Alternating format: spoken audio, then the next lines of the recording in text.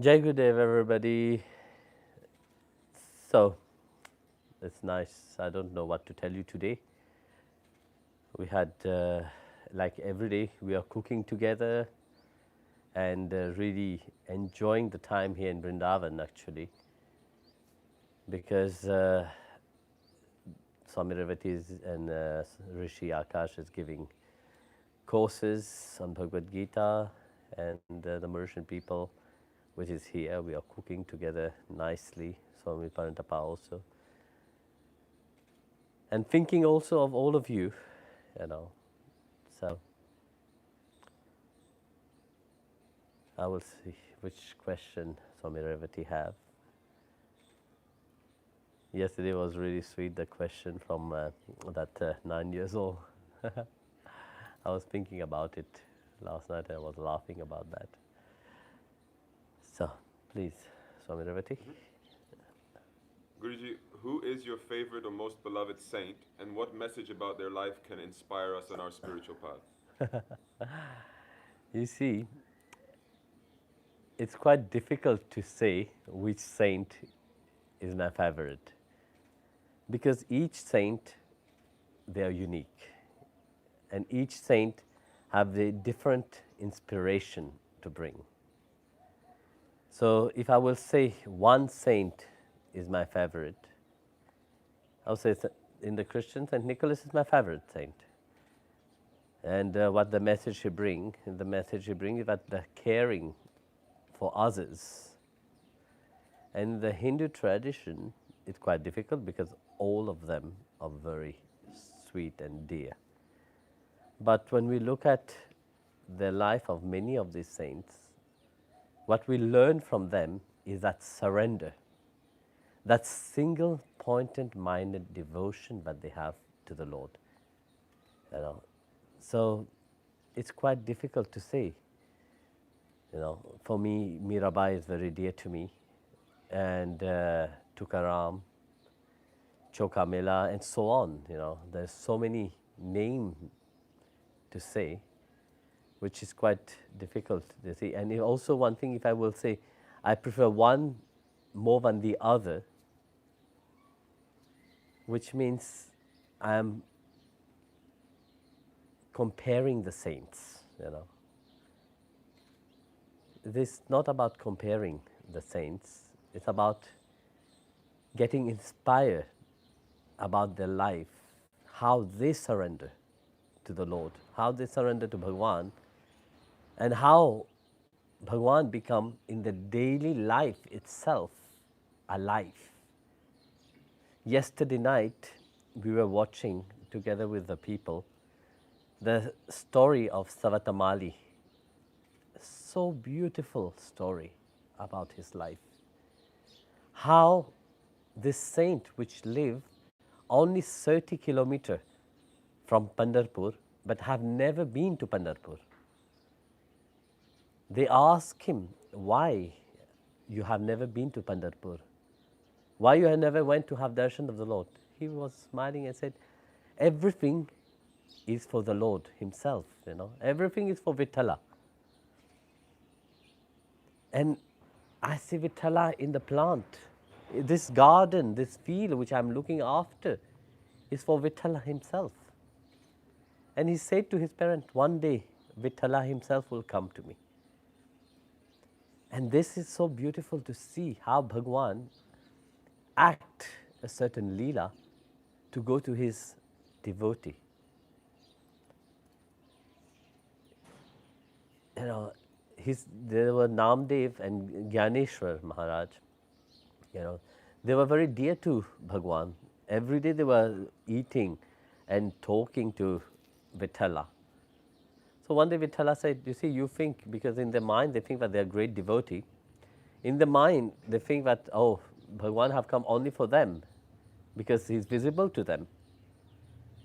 So the Lord knew what was inside of their mind, and he wanted to teach them a lesson.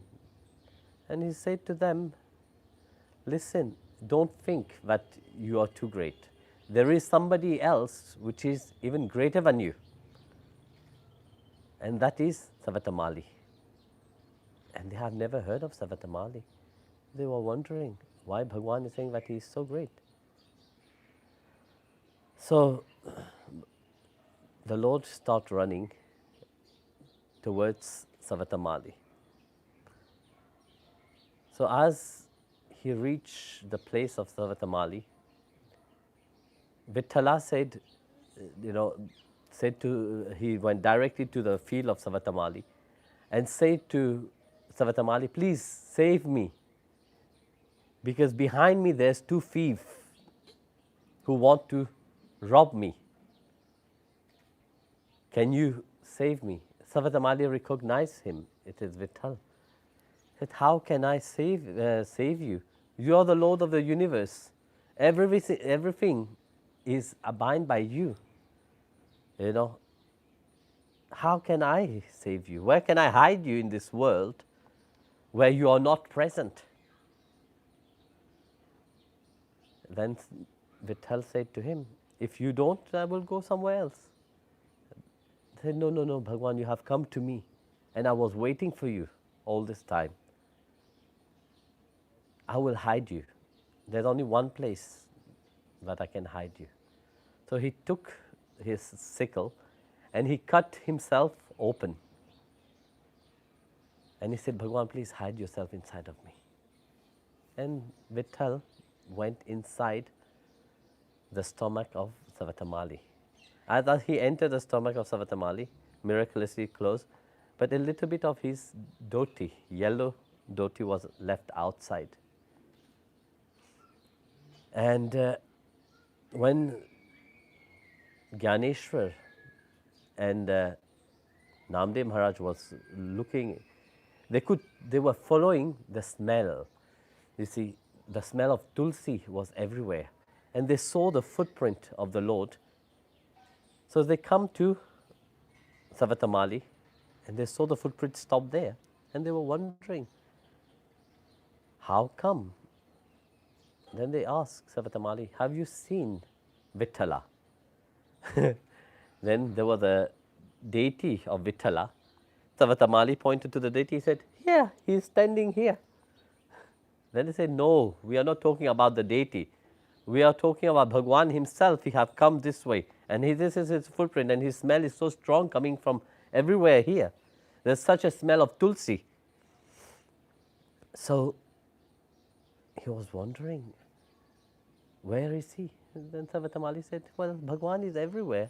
There is no place that he is not present. Then they ask him, beg him, please tell us. Then they noticed that a little bit of his dhoti was left outside. And they said, he's hiding inside of you. You see, Bhagwan is hiding inside of everybody. We just need some time to recognize him inside of us. Once we recognize that he is the one which is seated inside of our heart, there is no judgment on anything, on anyone. Then he becomes one reality. But he is omnipresent, he is everywhere. That's what he said in the Bhagavad Gita, chapter 7, verse 30. Those who recognize me as Adi Bhuta, Adi Yagna, and Adi Deva, at that time, even of the time of death, they will attain me. They'll come to me. So those who recognize me as Adi Bhuta, I'm the Lord of the elements, the Lord of everything which is material. I'm beyond this material reality. Those who recognize me as Adi Deva, I'm the Lord of all the senses, the sense organs. I'm the Lord of the Devas, which prevail within this body itself. And I'm the Lord of sacrifice. What we sacrifice is that transformation of the mind, the intellect, and the sense organ itself. We transform it And we offer it as sacrifice to the lotus feet of the Lord. You know. So those who recognize me as that attain me. So those saints who have recognized the Lord in each of the elements, in themselves, in each person which is around them, they are the saints which is dear to Bhagavan himself. You know. So how would you recognize one saint is better than the other? You can't recognize a saint like that. Because very often the saints, due to their humility, they like to hide themselves. Later on, when their life pass on, we hear the beautiful story about their life. And these stories have been given to us as a reminder, you know, that these people have attained the Lord. If they have attained, everybody are called to attain Him. And in a very simple way, you see. Bhagavan is not complicated.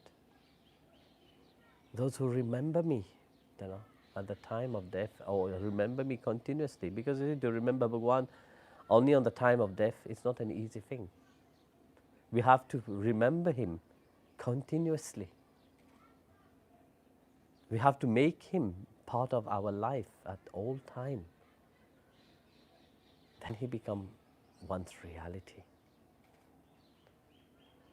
So all the saints are dear to Him, you know, and all the saints are dear to me, because they are my friends, you know.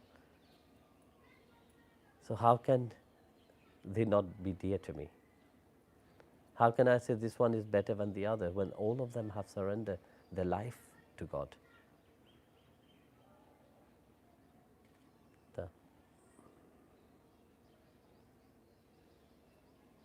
Guruji, more than any message, in the last few years, I constantly hear you reminding us to be grounded and that you don't like fantasy.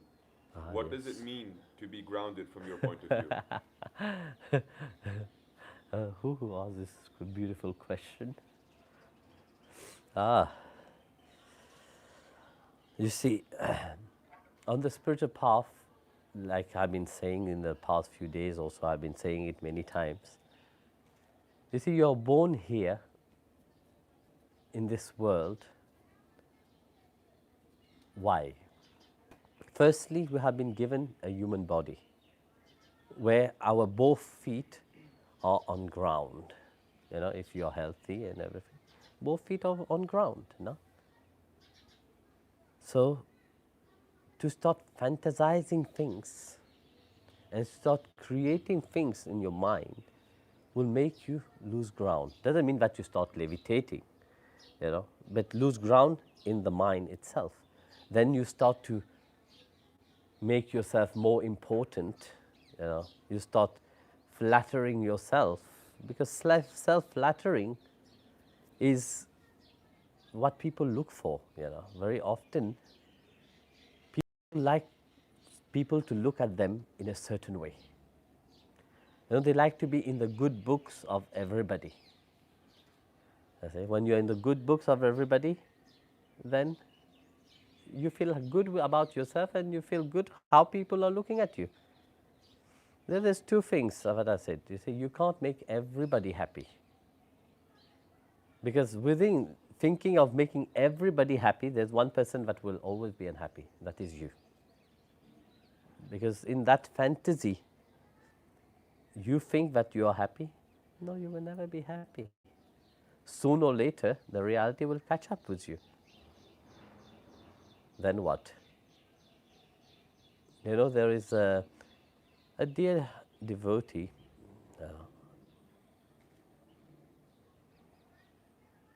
Very often I have noticed something in her life.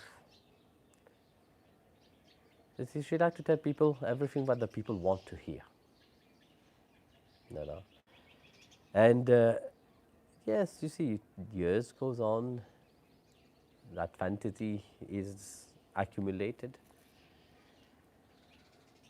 But the reality and fantasy is two opposite reality. On the spiritual field, when I say grounded, means you have to be genuine. You have to be real. firstly with yourself. uh, Otherwise, you will always be unhappy. And the second is to expect everybody to be happy with you. It will never happen, because there will always be somebody which will not be happy with you. So, like that, nowadays you will see, when karma catch up, in so many ways, karma will catch up. This is the reality of things. No? So when karma is catching up, who will become unhappy? Who will be the miserable one? Only you will be the miserable one. And you will be the only one which will be unhappy. That's why, you see, when you are grounded, which means you're doing your dharma, you're doing your duty with full awareness that whatever you're doing for God. And that you should enjoy and not be in fantasy, you know. You should meditate upon the Leela of the Lord. But to meditate upon the Leela of the Lord doesn't mean that you are in the Leela of the Lord. You know. You can take this as an example. You know. That's why when we look at the life of the saints, they are so humble that they never want to publicize about themselves. They never want to put themselves, oh, look at me, I am the greatest one. No. They consider themselves unworthy. Yesterday there was this question itself, which I answered. So like that, humility is very important. You know. It's not in the eyes of people. Firstly, look at yourself and ask yourself this question. You know. What is my relationship with God? It's not about somebody else come and tell you. Continuously have told you, and as a reminder always, it's not about me coming and tell you that. You should know it by yourself. The Guru will guide, you know, the Guru will be there, always. But you should start analyzing yourself individually and really open up your heart, open up your mind, open up your intellect, and see really, is your relationship with God a fantasy or a reality? How you will know that? Because if it is a fantasy, there will be always unsureness inside of you. And to fulfill this unsureness, you will always tell the story to other people so that the people can acknowledge your own fantasy. You know, very often you will see that in the spiritual field. You know, people like going around telling the story. But if it is sincere, you will sit down and meditate upon it and keep it inside of you. You don't need acknowledgement from XYZ, except the Guru. But you are not in delusion. So, analyze yourself really. And enjoy the presence of the Lord at all time. Like I said yesterday, you don't need external sign. What He has given you, your life itself is a miracle. The change of your life itself is a miracle. From what you were before and how you are now. You know, you don't need really any other sign. Look at your life itself. How beautiful is your life? How wonderful your life has become. How dear He has made you to Him. And ask yourself this question. Am I the same person how I used to be? Or am I a different person? And that is your answer, which you have to answer yourself.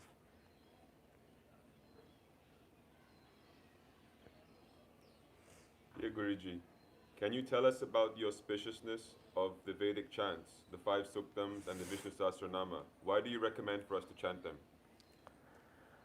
The Sahasranama is a thousandth name of the Lord Himself. Chanting of the name of the Lord is a reminder of His great quality in our life. Thousands of quality which He have given to the devotees, which He have made Himself accessible, which He have keep reminding, please take any of these names, focus your mind upon it and chant. You know? So that's why the Shastranama is very important.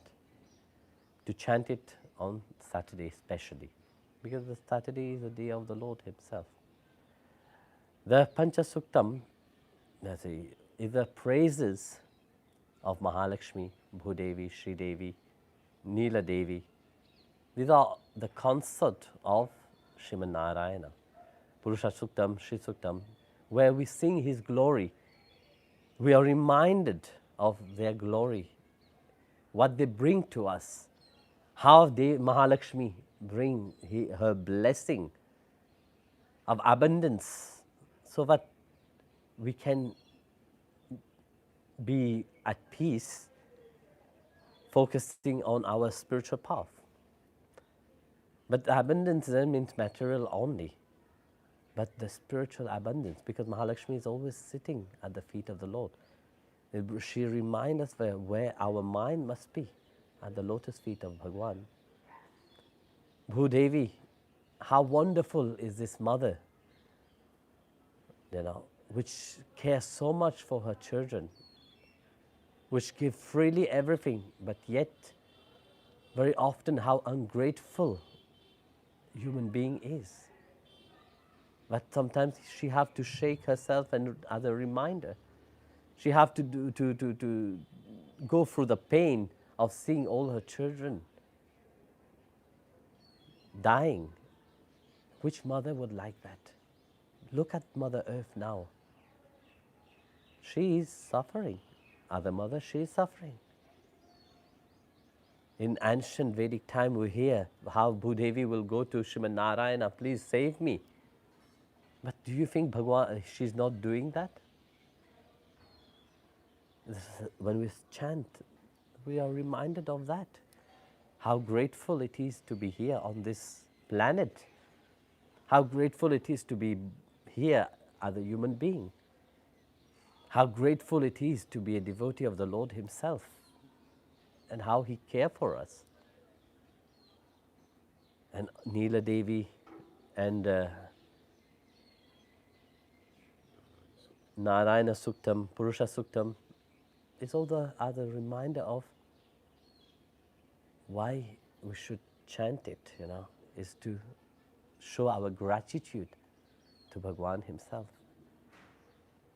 Show our gratitude that the much that He have given us, we can at least in a little way remember Him and be gracious about His blessing as abundance, as Mother Earth, as Neela Devi.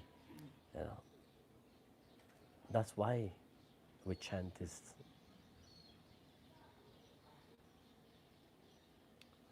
Guruji, the Bhagavatam tells us that the gopis left their duties as wives and mothers to be with their beloved Krishna, and that no one could stop them. What can these stories teach us today, as we are all mothers and wives, and of course we all feel the deep and sincere longing to be with you and to run to you. But if we leave these dharmas as mothers and wives, surely that is not good. So what to do? That's true. But Bhagavad also tells the gopi were doing their duties, as wife to their husband, as mother to their children. But their mind was always absorbed in their beloved Krishna. They didn't just leave and run away. You see, when it comes to a point that your heart can't hold anymore, you can't resist anymore, there's this longing, there's this pull, then you can go. Then your duty is finished with this reality. There's no way of looking backward. It's only looking forward. But Bhagwan didn't say that. They say in the Bhagavad, he said that whatever they were doing with their mind focused on the beloved Krishna. So in serving their husband, they were thinking in their mind they are serving Krishna. They're having their own children. In their mind they were thinking they were serving Krishna. Milking the cow is for Krishna. So whatever they were doing, it was only to give pleasure to only one person. That is Lord Krishna. That doesn't mean that they were not cooking their food. That doesn't mean that they were not feeding their child. They were doing everything, but their mind was on Krishna. The same it is today. That have not changed. It is a reminder that whatever we do in our life, our mind must be on the Lord Himself, on Bhagwan Himself. But the moment we forget about that, our ego, our pride take over.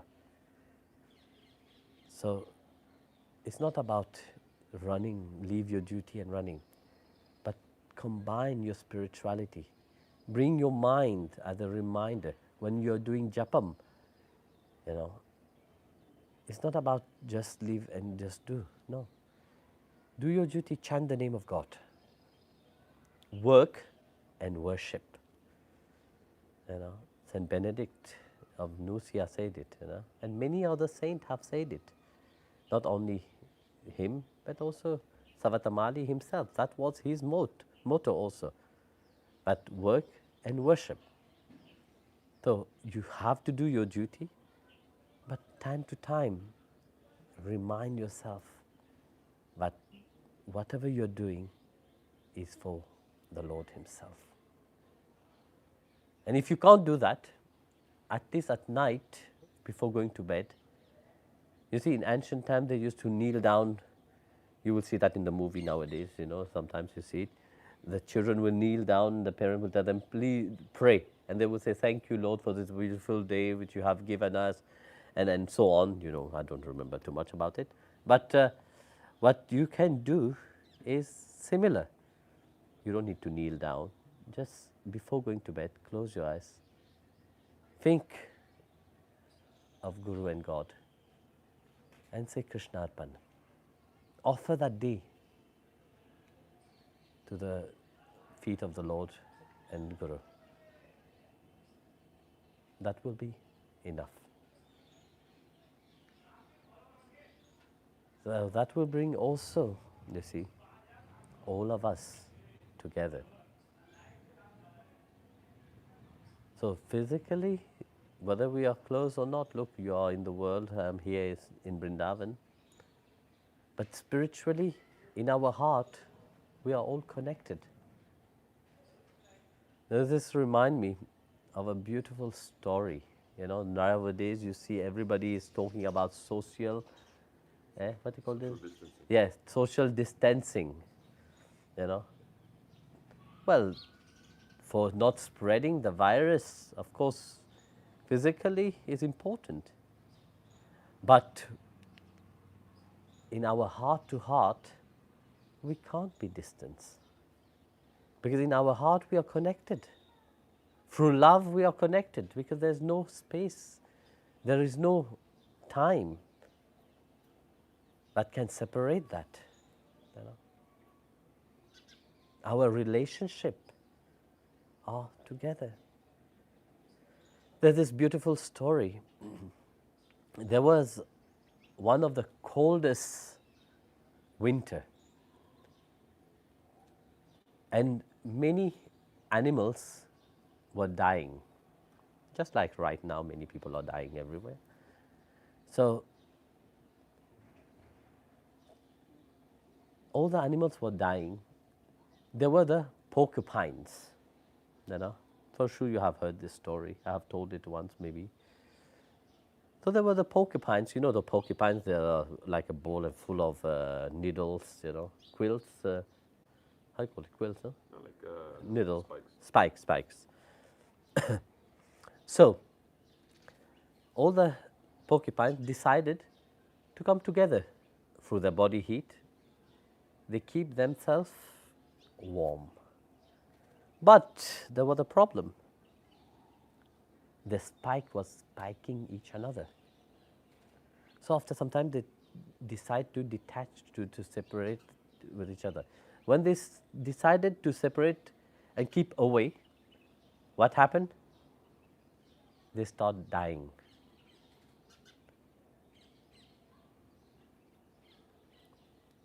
Then they came back again together. In spite of the spike hurting each another, but they come together to keep each other warm. And that become their strength. That become what make them alive.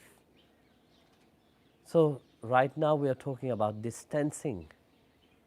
Yes, physically be distant, but in your heart, don't get distance. In your heart to heart, remind yourself that you are a human being. You are a ball of love. And love is a warm feeling, but connect. Whether you are physically present or you are distant. Just let us all connect with that love. And really, there's no distance. So, Jai Gurudev, everybody.